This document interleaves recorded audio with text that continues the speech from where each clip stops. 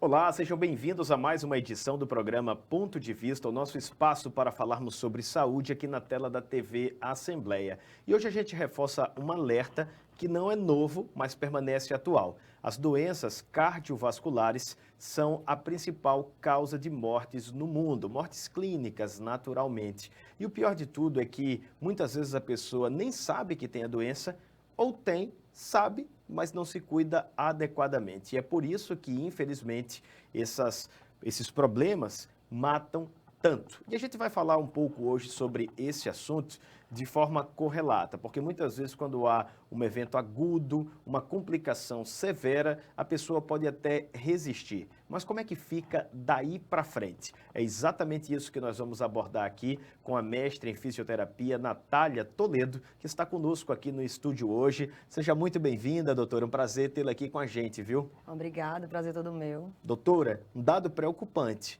E normalmente essas pessoas só param por vezes para pensar no autocuidado, nas mudanças de hábito, no tratamento, quando passam por um incidente como um infarto, uma complicação mais severa. É mais ou menos isso mesmo que vocês constatam lá no consultório, na ponta da lança?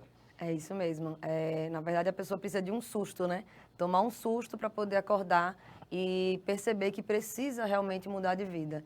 E o nosso trabalho, ele tem esse desafio, na verdade, porque eu preciso transformar uma pessoa, né, que tem maus hábitos em uma pessoa com bons hábitos após um evento agudo.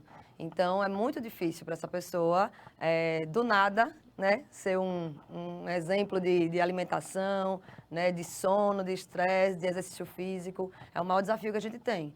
E quando a situação não é muito severa, aquela coisa assim que pode ser que aconteça um problema, aí que é mais difícil ainda, porque a pessoa se sente bem e não acha que precisa, né, cuidar tanto assim, né, não dá a devida importância, mas é isso mesmo. E é esse daí o fator que certamente mais complica a vida delas mesmas, né? Exatamente, porque a gente precisa combater um inimigo do dia a dia, na verdade, né? A gente precisa transformar nossos hábitos, é muito difícil. Um hábito, para que ele seja colocado de fato na nossa vida, a gente precisa de repetição, de constância, né? De consistência. E aí tornar uma pessoa que tem hábitos de fumar, né? De beber, de má alimentação, e aí do nada você fala, agora você vai ter que se alimentar super bem, vai ter que parar de fumar, vai ter que se exercitar. É uma pessoa que não tem costume de se exercitar, né? Qual modalidade ela vai fazer? Nada fácil, né? Não é fácil. E no final das contas acaba sendo, pelo menos eu graças a Deus nunca passei por essa situação, mas deduzo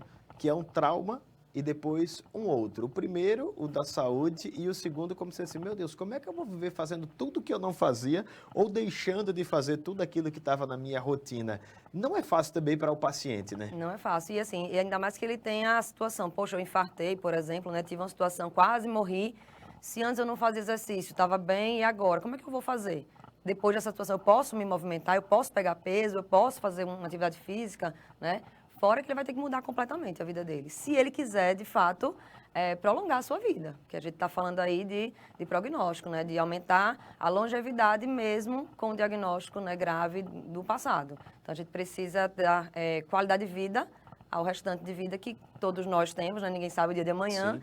Mas a gente pode sim prolongar, mesmo com situações, doenças muito graves. Me diga agora se eu estou certo. O paciente sofreu, tomando aqui, por exemplo, o que já citamos, um infarto. Passou lá pelo atendimento médico de urgência, graças a Deus sobreviveu. Pouco depois desse momento, já entra a atuação do fisioterapeuta, que tem essa especialização de reabilitar pessoas nessa condição. Tô certo? Como é que funciona daí para frente? Isso, nós trabalhamos com reabilitação cardiovascular, ela possui fases, né? A gente fala fase, a primeira, segunda, terceira e quarta fase, são 4 fases, e a primeira fase ela já começa imediatamente lá mesmo no hospital, na UTI, assim que o paciente estabiliza clinicamente, nós precisamos fazer o que a gente chama de mobilização precoce. O quanto antes a gente conseguir tirar esse paciente do leito, mobilizar esse paciente, melhor para ele, né? Os estudos mostram que o imobilismo, né, que estar restrito ao leito é muito mais deletério do que a gente tirar esse paciente do leito, né, da cama lá do hospital e movimentar. No entanto, tudo tem que ser avaliado e feito de acordo com protocolos já estudados, já consolidados na literatura, né, da fisioterapia cardiorrespiratória. E a gente, após o hospital, esse paciente vai ter alta para a sua casa. Aqui em Maceió a gente não tem ainda um ambiente de fase de reabilitação nível 2, mas não é obrigatório, ele pode passar da 1, que é hospitalar, para a fase 3, que é, por exemplo, a fase que eu atuo no consultório, né, a nível ambulatorial, onde ele vai, já está estável clinicamente, né, vai ter em torno de mais ou menos um mês do evento agudo. A gente tem vários consensos e protocolos que a gente pode sim iniciar o exercício físico supervisionado, que essa é a diferença básica, com segurança.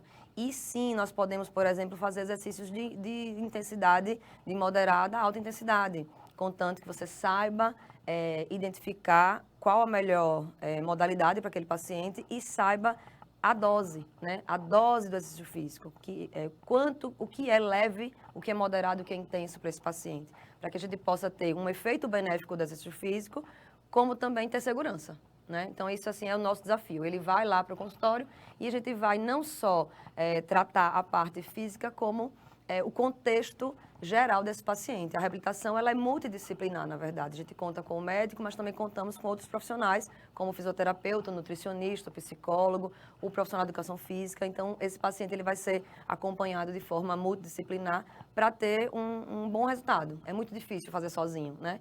Como eu falei, ele, por exemplo, é um paciente que era sedentário, obeso, fumante, diabético, sofreu um infarto, né, pelos hábitos de vida, pelos riscos cardiovasculares, e do nada, ele agora tem que ser uma pessoa que se movimenta, que faz exercício físico, que se alimenta bem, né, que toma os remédios na hora certinha, não pode beber, tem que parar de fumar.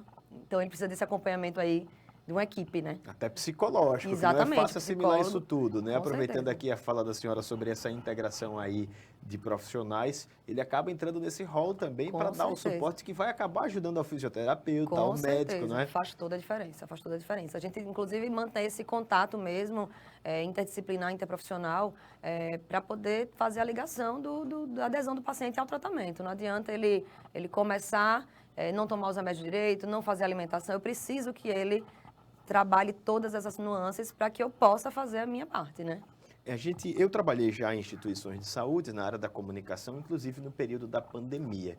E ali a gente via o protagonismo que o fisioterapeuta ganhou justamente nesse período, porque tinha a figura do fisioterapeuta respiratório, né? Que ia ajudar as pessoas ali com Covid, muitas vezes sendo entubados, precisando desse suporte no final das contas. E daí para frente, a profissão, graças a Deus, acabou tendo destaque ainda maior. E comemoro, assim, porque no final das contas, quanto mais profissionais de saúde atuando em nosso favor, melhor.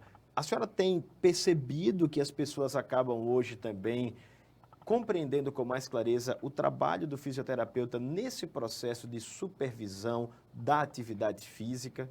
Com certeza, sim. A gente teve um pré e pós-pandemia aí na vida da fisioterapia, né? Por um lado, trouxe vamos pensar assim, num ponto de vista bom, né, para a nossa profissão, que realmente ganhou uma visibilidade, a população, né, leiga, a sociedade viu a importância da nossa profissão.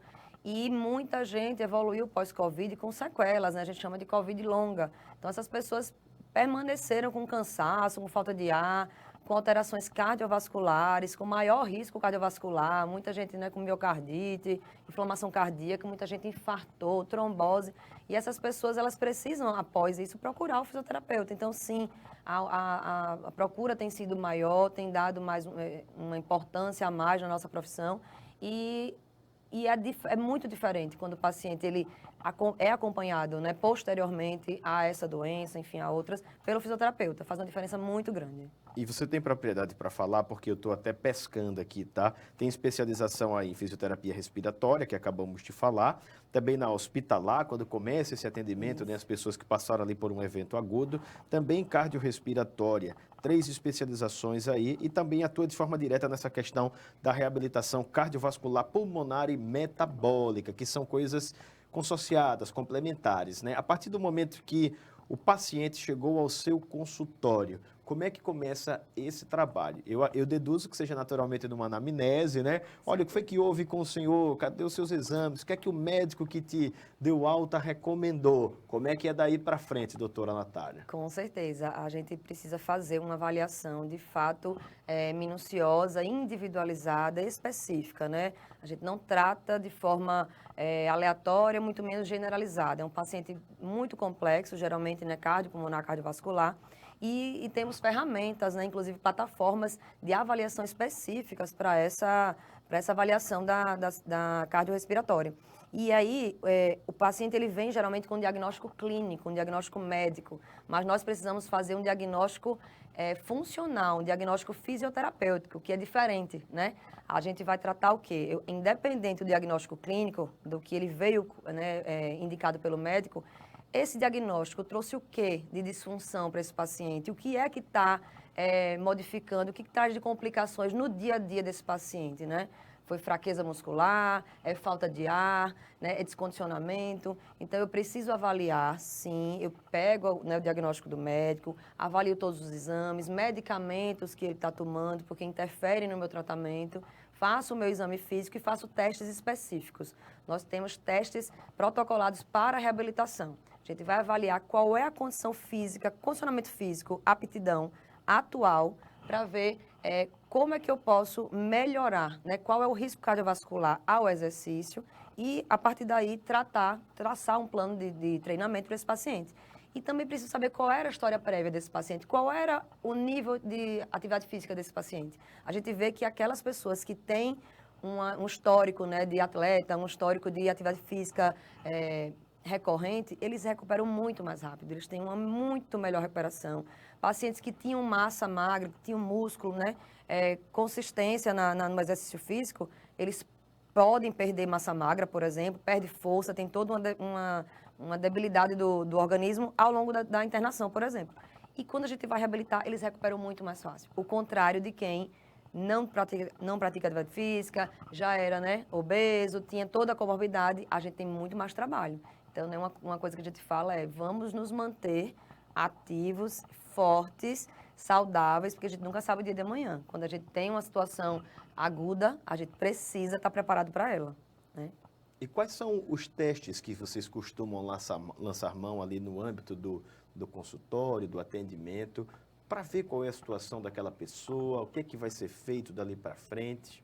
A gente faz, geralmente, avaliação da força muscular global, né? Eu preciso saber como é que está a musculatura global desse meu paciente. A gente faz também avaliação da força muscular respiratória, a gente utiliza alguns termos que não é muito conhecido do público, chamado manovacometria, por exemplo. Nós temos algumas técnicas como Power Breath, que é um aparelho digital, moderno, para avaliar a força dos músculos respiratórios. Muitas vezes esse cansaço, a falta de ar vem da fraqueza muscular diafragmática, e a gente ajuda muito esses pacientes quando a gente descobre essa fragilidade e intervém. A gente também faz testes, como, por exemplo, teste de caminhada de 6 minutos, que avalia a capacidade física do paciente e também traz outras informações importantes para a prescrição do exercício. Nós fazemos teste do degrau, teste de senta e levanta, time up and go, que é um teste para avaliar o risco de queda, seja idoso ou seja, enfim, qualquer idade, porque tudo isso envolve, né, a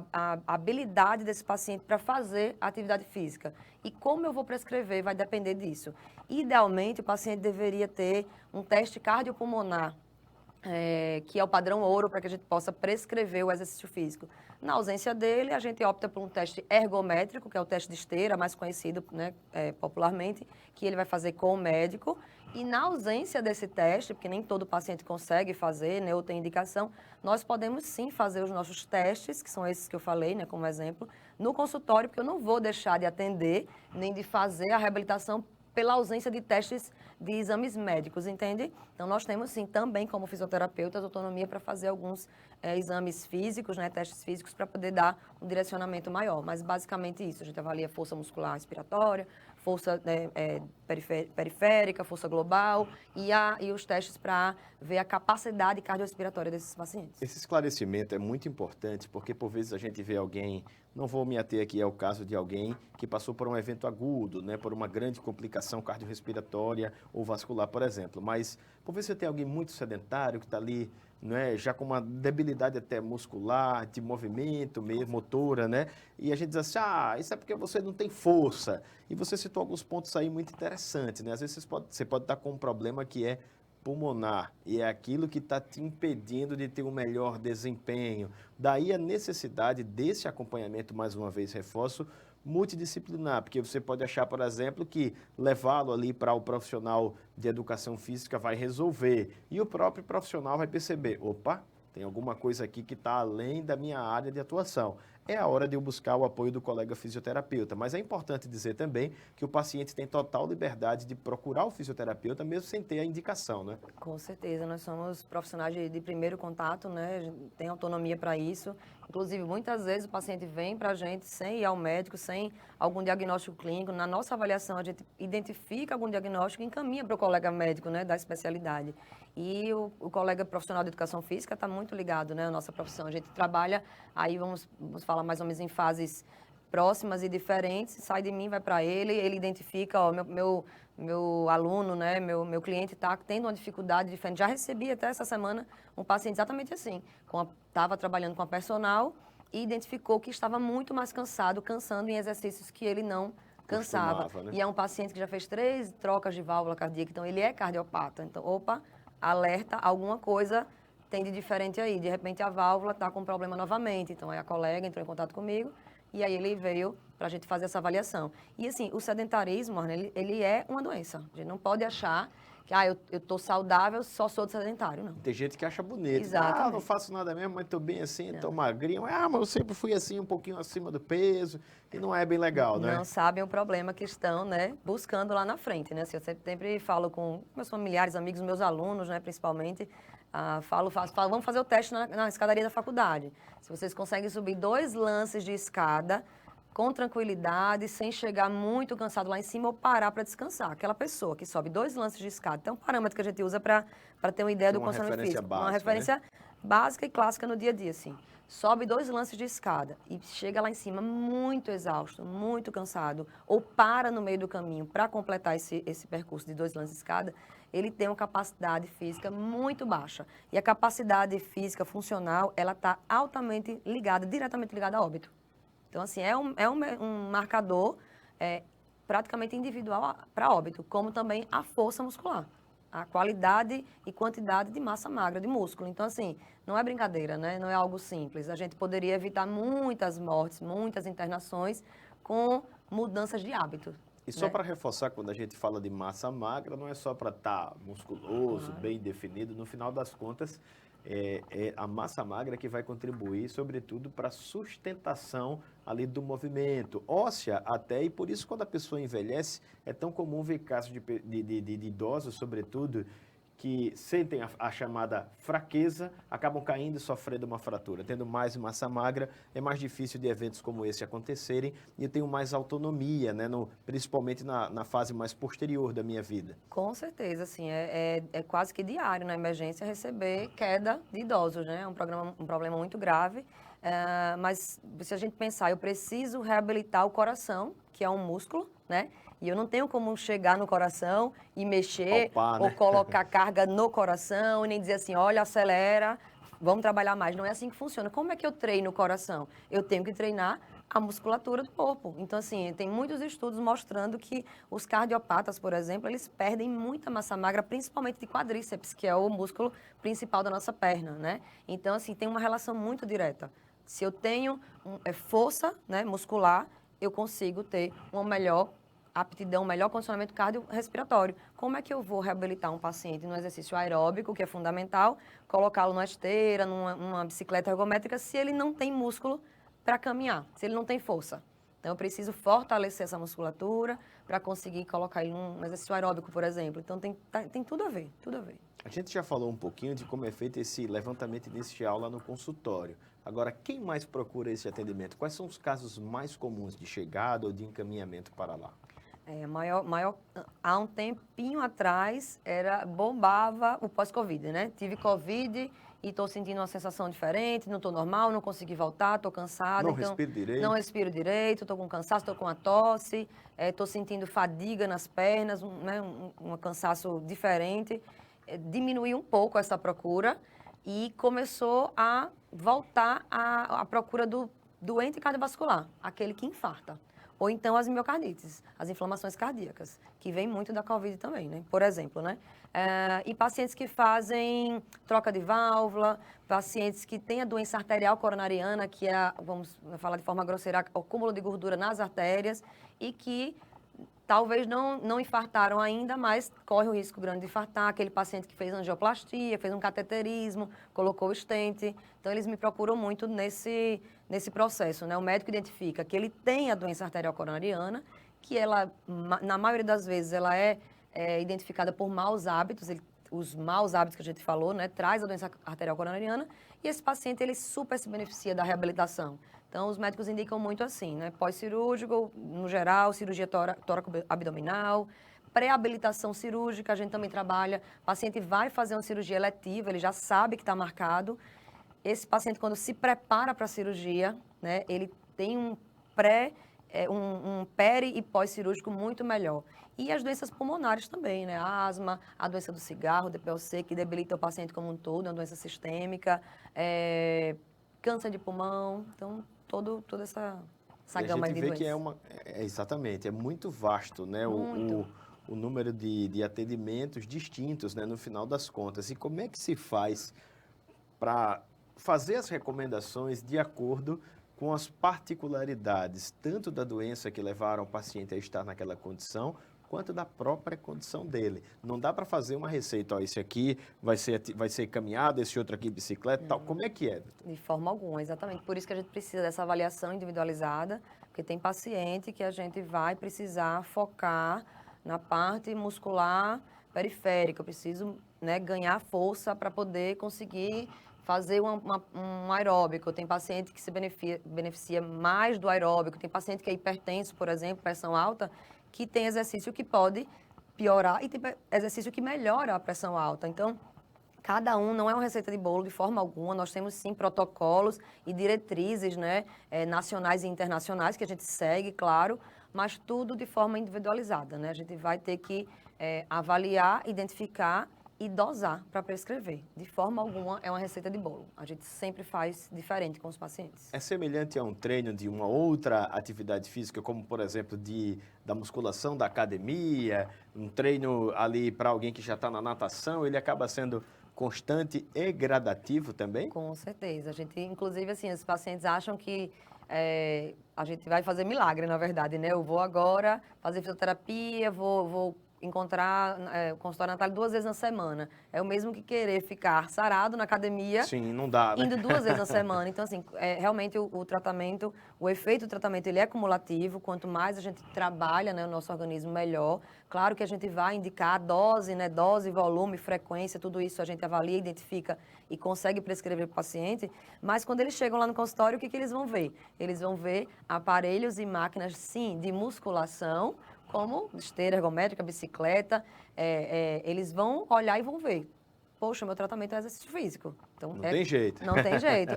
Exatamente, é como se fosse uma academia. No entanto, a diferença é um paciente que ele é complexo, ele tem um risco cardíaco aumentado, o próprio exercício físico feito de forma inadequada, né, num volume inadequado, numa intensidade inadequada, pode trazer mais riscos para ele. Então, ele está numa fase, né, que estabilizou do quadro agudo clínico, e agora a gente precisa fazer mudanças fixas, né, efetivas nesse paciente, para que a gente possa, de fato, melhorar a qualidade de vida, independente dele ter infartado, sabe? Seu paciente tem alta? Tem ou alta, não? Com certeza. O que eu mais quero é que ele tenha alta o mais rápido possível. Eu pergunto assim justamente porque há pessoas que... Eu uma vez entrevistei um rapaz, jovem até, que descobriu que tinha diabetes. E ele disse assim, a minha vida começou depois que eu descobri que tenho a doença. Porque ele entendeu que só conseguiria ter uma vida com qualidade a partir dali se ele tomasse as precauções relacionadas à dieta adequadas e também à atividade física. E ele se transformou num atleta. Olha só. No final das contas, ele não deixaria o seu atendimento, talvez, por essa condição. Você já se deparou também com um caso como esse de alguém que disse assim, poxa, eu já estou tendo aqui uma segunda chance. Depois desse meu episódio, dessa minha complicação aqui da doença tal, a partir de agora eu quero realmente mudar de vida. Tem esses casos assim também de sucesso, podemos dizer? Tem, com certeza, com certeza. A gente vê muito. E assim, justamente esse trabalho multidisciplinar que a gente fala assim, olha, você passou de fase agora, sabe? Você vai para uma nova fase, que é uma fase onde você pode fazer até um exercício físico não supervisionado, mas esse paciente ele já se conhece, ele sabe os seus sinais e sintomas, ele sabe o risco, ele sabe dosar o seu exercício físico, ele sabe se monitorizar, né? A gente geralmente orienta os smartwatch, que verifica a frequência cardíaca, né? Até os mais modernos, saturação de oxigênio. Isso. E então esse paciente ele já é orientado, ele só sai da minha fase quando ele sabe se automonitorizar. Ele sabe, porque ele consegue reconhecer, por exemplo, um evento, um sinal ou um sintoma de risco. Opa, isso aqui, Natália, por exemplo, me ensinou que não é legal. É uma tontura, uma dor no peito, né, uma sensação de desmaio. Então, tem várias situações que ele, estando sem supervisão, ele vai ter que saber identificar para poder procurar ajuda. Mas, na maioria das vezes, o que é que a gente indica? Pacientes que saíram desse quadro, teve uma internação, uma cirurgia, né, um infarto, enfim... não fazer exercício sozinho, sabe? Sem supervisão. A gente passa da fisioterapia para o profissional de educação física. Então, a gente tem essa ponte, né, de continuidade, onde o paciente vai estar numa fase que ele pode até fazer exercícios mais intensos, né? Ele já passou de fase. Mas, sim, o paciente ele percebe a mudança, percebe a qualidade de vida e quer continuar. Ele vê onde está ganhando não se mexe, né? Time que está ganhando não se mexe. Exatamente. Eu tô ali, ganhei muito, melhorei, mudei de vida. E, assim, um ponto interessante que você falou foi a diabetes. Quando você comentou reabilitação cardiovascular, pulmonar e metabólica, esse metabólico... É onde estão os diabéticos, por exemplo. Síndrome metabólica, né? A gente não vê ou não ouve falar muito sobre isso e é muito importante, porque a síndrome metabólica, ela está altamente ligada às doenças cardiovasculares. Síndrome metabólica é diabetes, hipertensão, é obesidade, sedentarismo, colesterol alto, triglicerídeo alto. Então, esse paciente, ele já precisa ser reabilitado. Ele precisa ser reabilitado, antes de tomar um susto. A gente não precisa que ele tome um susto para que ele busque o nosso serviço. Pelo contrário, né? Exatamente. Então, assim, o médico que identificar, né, uma paciente com essa situação, encaminha para a reabilitação, porque a gente consegue intervir positivamente para não ocorrer, para que ele não entre na estatística do infarto, por exemplo. Já guarda essa sugestão de pauta aí para a nossa próxima entrevista, certeza. porque estamos nos nossos 3 minutinhos finais aqui, doutora Natália. Eu queria facultar esse momento para que você pudesse mandar o seu recado para a nossa audiência, deixar aí o seu arroba lá do Instagram, para quem ficou curioso, você dá aula também, às vezes um aluno ficou ali com aquele desejo de se aprofundar mais em algum tema, manda seu recado aqui para essa câmera, tá prontinha para ti. Então, pessoal, quero agradecer a oportunidade, né, de falar sobre um tema muito importante. Como a Arne falou no começo, as doenças cardiovasculares, elas continuam sendo, né, há décadas, a maior causa de óbito no mundo. E a gente tem como intervir, sim. A gente precisa intervir. Nós precisamos ter melhores hábitos de vida. E a atividade física é, acho que o pilar principal, né? Associado a uma boa alimentação, a diminuição do estresse, controle do estresse, a uma boa qualidade de sono e a prática da atividade física. E, se necessário, né, a supervisão de um profissional especialista. Gostaria que todos pudessem, né, acompanhar o nosso trabalho. Sintam-se à vontade para nos visitar, nos conhecer. O meu Instagram é @natalia_toledo, tudo junto, .reab. Será um prazer, né, se tiver alguma dúvida, poder esclarecer e contar aqui com os nossos serviços. Muito obrigado, doutor. Agora você também, aproveita e coloca as dicas aí em prática, tá certo? Não precisa necessariamente ter uma complicação para começar esse acompanhamento. Pelo contrário, a prevenção é sempre o melhor remédio. E caso você esteja nos assistindo na tela da TV Assembleia, reforçamos que esse conteúdo fica disponibilizado também no nosso canal lá no YouTube. É só colocar na ferramenta de busca TV Assembleia Alagoas. Você vai ter uma playlist, né, uma aba com todos os programas, onde você pode ver e rever esse e outros temas e também encaminhá-los àquelas pessoas que podem precisar dessa informação. Até a próxima e obrigado pela companhia.